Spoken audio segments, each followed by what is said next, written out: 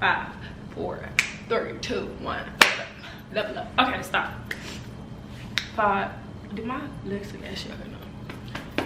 Thank you. You're gonna be the one to slam like nigga, bitch, nigga. What's up, cousins? I'm back with another video. Y'all see me? Y'all ain't never seen this side of the house before. House tour coming soon. Well, apartment tour coming soon. But I'm sitting on a nice velvet couch today to go ahead and spill the beans with y'all. I mean, I feel like my channel has been mostly like working in the club, and a whole lot of comments is basically questions about the club. So today I wanted to get it started. Let's get right into the video. Today I'm gonna be doing how to become a bottle girl slash waitress slash bartender, but this is basically mainly for my waitresses and my bartenders. I'm sorry y'all, my son will be in this video because he don't know how to sit down nowhere else except for right up under me. So I got my little notebook ready, y'all. I wrote down everything that I need to remember. I got me a little water because, you know, bitches be thirsty. And of course, y'all, I got my little hookah stick. I'm trying not to hit it too much, but if y'all start to stress me out, I'm gonna have to, I'm gonna see how. So yeah. The first thing I want to talk about is most definitely your work experience. So before becoming a waitress, I feel like you should have at least I'm gonna give it 3 months. 3 months in a restaurant or like a bar, lounge type of place. And I know it's hard to be like, okay, you want me to have experience somewhere where they won't hire me because I don't have experience. So this is when you start going to places that are heavy on training. So like a Twin Peaks, a Bombshells, Hooters, Chulas, is that what it's called? Ojos Locos, places like that. Places that have mass hiring and they just looking for looks and they'll teach you the rest, you know? So you want to start off somewhere like that so you have a sense of knowledge about liquor, about service, about different types of customers. Oh my god, I didn't put my phone on silent mode. Shh, be quiet. Okay, so you want to know all of that. So when you do go to these jobs to try to get hired at the club, you want to be able to tell them like, okay, I know this, I know that, I know this, so this is all I need, and I want y'all to put me in the door, you know, giving me a whole little spiel. And I feel like that really helps when it comes down to the hiring process for clubs, because they're not looking to train people. Their environment is so fast paced that they don't really have time to train people. And if you're looking at my nails, don't look at them because you're not paying for them and they're not done. Okay, next. So another thing I would say you need to know before you get hired is liquor knowledge. Liquor knowledge is one of the top 3 things that you should have when working in a club or a lounge or a bar type of place. You should know 3 tequilas, 3 whiskeys, 3 vodkas, 3 did I say whiskeys already? Whiskey, vodka, tequila, and bourbon, cognac. Everybody know cognac, so that's not hard to do because you know cognac is like Hennessy, Douce, things like that. So yeah, that's something that you really want to know because that's the most that you're going to be selling. Like, you're going to sell more liquor than anything. You might sell a little bit of food, you might do a little this and that, but you're going to sell liquor more than anything.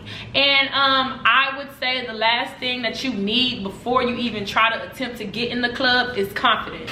Confidence is key. Y'all see how I'm talking, and I'm talking to myself right now, like, and I'm still like, what's up, you know? So when you walk into a place with confidence, that automatically lets them know like, okay, she ready, you know, like she on her shit, nothing gonna stop her from doing her job, making her money. So confidence is definitely key, and I believe your finesse game is key, but I feel like the finesse game comes with the game. Like, I can't give y'all no finesse. Well, I probably could give y'all some finesse tips, but I can't give y'all all the good tea and then y'all turn around and use it on me or my customers go.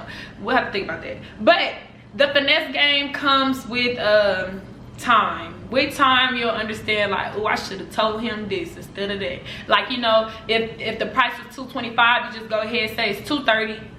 So that way you get that $5, you know, like little stuff just to make sure your money is flowing. Sit, baby, I'm talking to them. So yeah, that's all on that. And then we're gonna go into looks. So looks is really like looks is sort of kind of to each his own at every club and every promotion team, because a whole lot of bottle girls do get hired with promotion teams, and I've seen this more with promotion teams than I do actual establishments. But there is a little bit of there is a little bit of colorism within the clubs. I can't speak for any other city but mine, but I can definitely say that there is a little bit of colorism within inside of the clubs. And when it comes down to hiring and everything, I do see more lighter skinned girls getting in the game easier than dark skinned girls do. But with that, I would just say dark skinned ladies, brown skinned ladies, y'all be on y'all shit. Walk up in there and making sure can't nobody fuck with you. It don't matter who it is, you know they ain't fucking with you. And they come with confidence as well. Like, I could care less if the girl sitting next to me trying to get the same job as me is light skinned or not. Like, I ain't me. My resume and I speak for myself. Like, that don't have nothing to do with me. So when it comes down to that, you just have to be knowledgeable of the places that you're applying for, and knowing like you can't get your feelings hurt behind this girl didn't even have no work experience. Oh my god, y'all.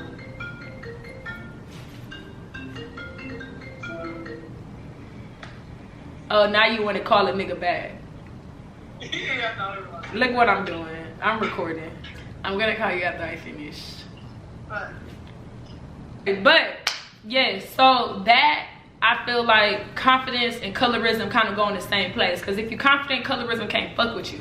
But you want to know these type of things, because why go try to get hired for a promotion team when you look on their Instagram, you've seen them in real life, and it's literally nothing but light skin, short, curly hair. Why would you even put yourself in a position to be upset about that? You know, when you just have to know, like, okay, that's the look that they're looking for. So I can't be mad at them for that.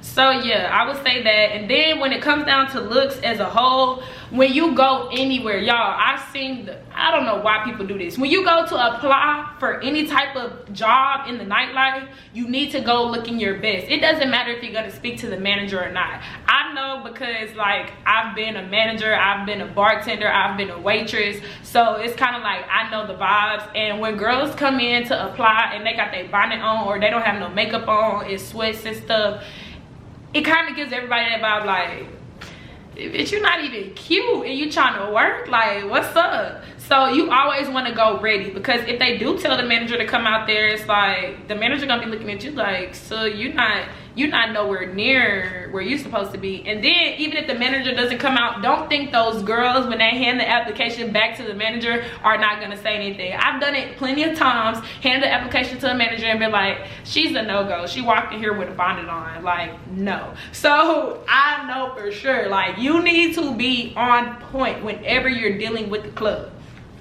I would say hair, just have it done. It don't matter, braids, ponytails, all of that. I don't see a lot of girls, and I wish they would, wear their natural hair more, like the puffs and everything, but they don't. But I would just say have your hair done. Makeup is not key, but every night you work, you're gonna probably have to put on a full face. Sometimes I get away with just brows and lashes, but a full face is gonna be needed. Like, sooner or later, you're gonna have to have a full face. So I would say that. And then the last thing I would say when it comes to looks and all of that and getting hired is social media. If you have zero social media presence, how can you help that establishment bring in people?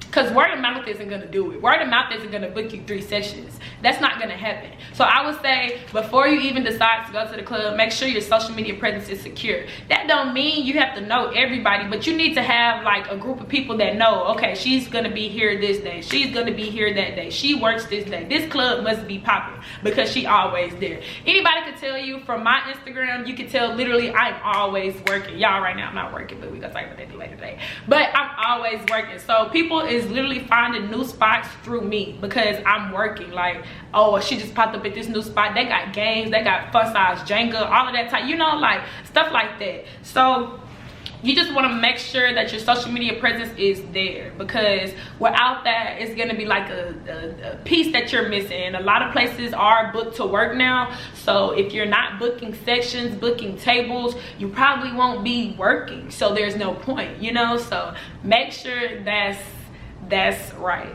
And then I want to go into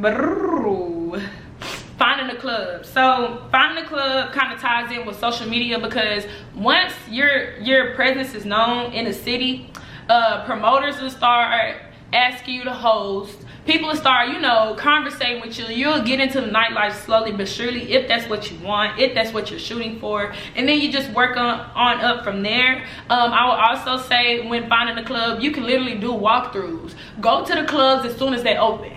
As soon as they open, literally most of the time it's probably 2 or 3 waitresses there, the bartender and the manager. The manager is normally there at the very beginning because they had to open up the club, and closer to the end because it's time to pop bottles, and the manager had to be there to do all of that. So I would say go at the beginning, because once it's time to start popping bottles, the people is not worried about getting you a job. They have girls on the floor that are working, so who cares, you know? But when you go at the beginning, it's like, oh, I could use you, I could do this and that, you know? So walkthroughs, I feel like, have gotten me a lot of jobs. Just dry walking into places looking good and saying, what's up, are y'all hiring? I got my resume on my phone, I got all my certifications. Oh, certifications, that's the one more thing I forgot to tell y'all. Sorry that this is kind of like but I want to make sure I hit everything. Y'all, you do have to be TABC and food handlers certified. I mean, I don't think you might not need your food handlers in certain clubs that don't really sell food, but in the restaurants like Twin Peaks and stuff like that, and lounges that do sell food like that, you do need your food handler certificate.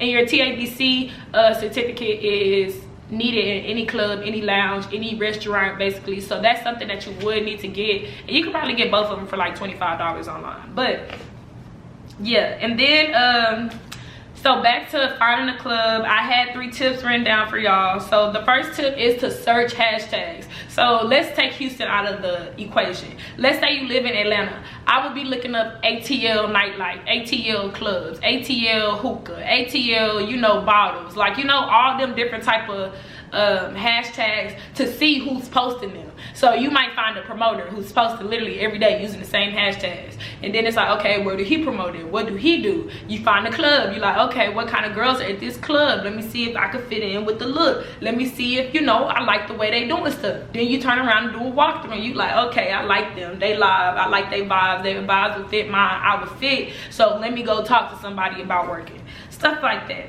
And then I would also say go out. Like, y'all, if you like me, I stay in the house. Like, the club, my job is literally me going out. So I don't really go out unless I'm going to work. So it's different for me because I'm not, but I have seen it help me when I actually do go out. Because once you go out and you get seen multiple times, certain people are gonna be like, she the one, you know, like, we need to get her doing something. Like, it might not even be work, it might be promoting, it might be hosting, it might be anything, but trust me, it'll get you in the loop. And then last thing I wanted to say was most definitely post on Instagram. Anytime you post on Instagram, you're helping yourself. So I post on Instagram today. Like today, oh, don't think I'm not gonna take some fire ass pics. Like, I might need to change my little fit because, you know, I'm sitting with the chill fit to talk to y'all, but this face is giving everything. And I did this little ponytail on myself, y'all. I don't know if y'all like it, but I like it.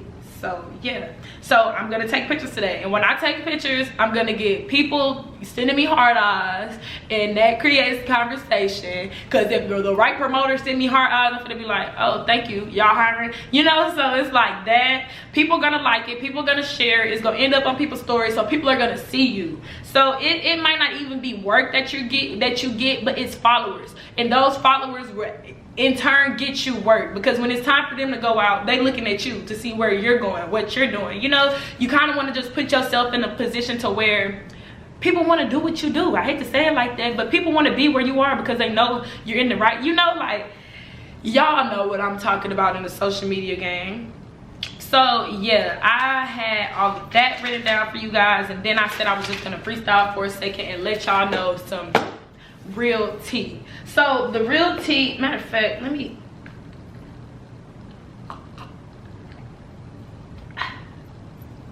the real tea is the nightlife is not for everybody, y'all. Like, the nightlife honestly is becoming not for me, but the money is so fast that once you get in it, it's hard to get out unless you really have a passion for something. And that's how I see girls getting stuck in the club and getting stuck in the strip club and all types of stuff like that, because the money is so fast. Like, you can't turn down $600-700 a night to get paid $10-12 an hour, $14 an hour. It's just not gonna work. Like, it's just not gonna work. But at the same time, y'all have to know when to leave the club.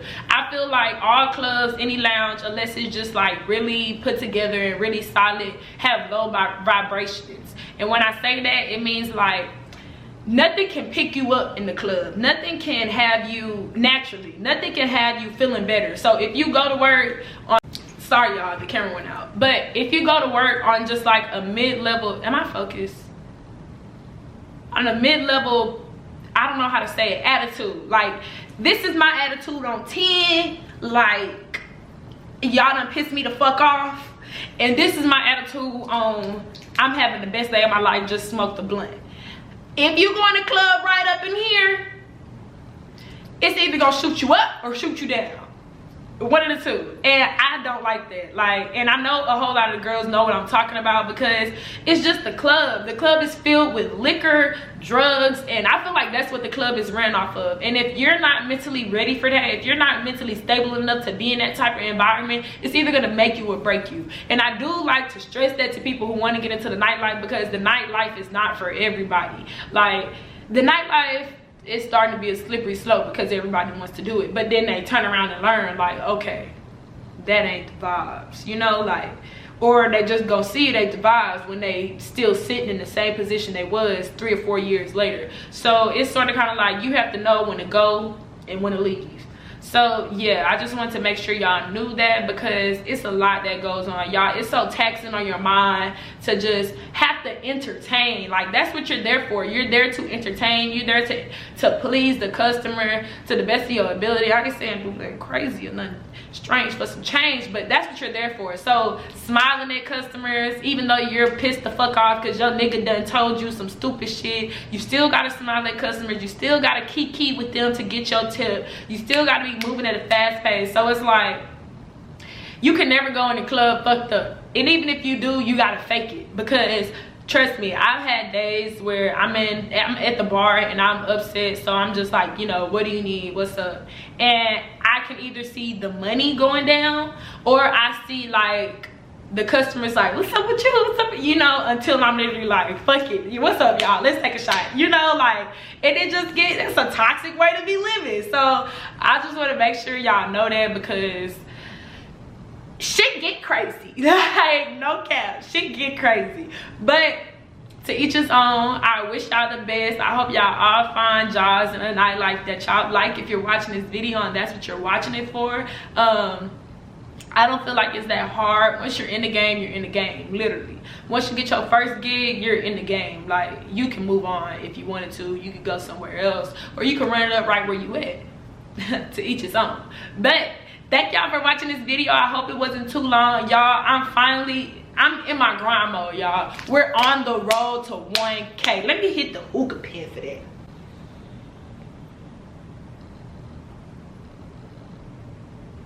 1K.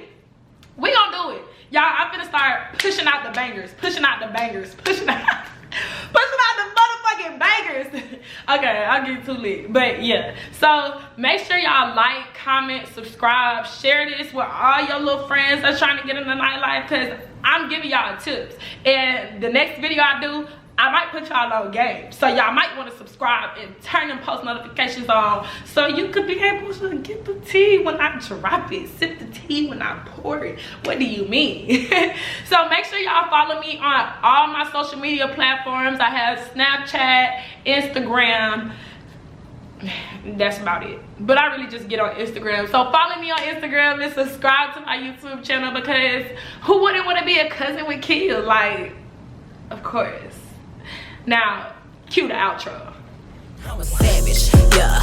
Classy, bougie, ratchet, yeah. Sassy, moody.